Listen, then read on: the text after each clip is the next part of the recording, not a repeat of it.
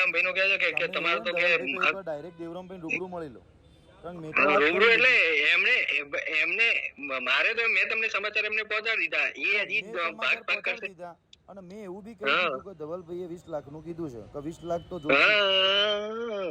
એ તો એમના ખિસ્સામાંથી હાલવા પડશે તો કે નહીં તો કે હું આગળ બધું હલગાઈ દઈશ કે ચોખ્ખી ધમકી ધવલભાઈ આપી છે નકર એજન્સી નું કામ. અરે હું તો આગળનું મયુર દેસાઈ નું હલગાઈ દઈશ. ધવલભાઈ મારી વાત મેં એમને કીધું છે કે ધવલભાઈએ ચોખ્ખી ધમકી આપી છે કે જો 20 લાખ નહીં આપો તો હું કામ કંપની નહીં કરવા દઉં.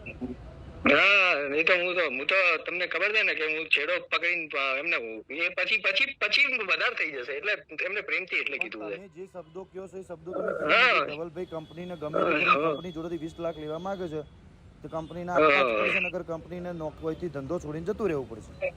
હા નુકસાન કરીને જવું પડશે, બધું મૂકીને જવું પડશે, ઉપરથી રિકવરી આવશે ને બીજું ઘણું બધું ઉપર થશે. અને મેં એમને એવું કીધું કે ધવલભાઈ ના ઘરે મકાનનું કામ ચાલે છે એના માટે પૈસા જોઈએ છે. બસ તો હા કહી દીધું ને તમે તો કે ફરીથી એકવાર રિમાઇન્ડર કરાવી દેજો. કાલ સવારે એમને કહેજો કે ફોન કરી નાખો. કરાય અને બેવું હોય ને તો દેવરામ તમે ધવલભાઈ મળી લો.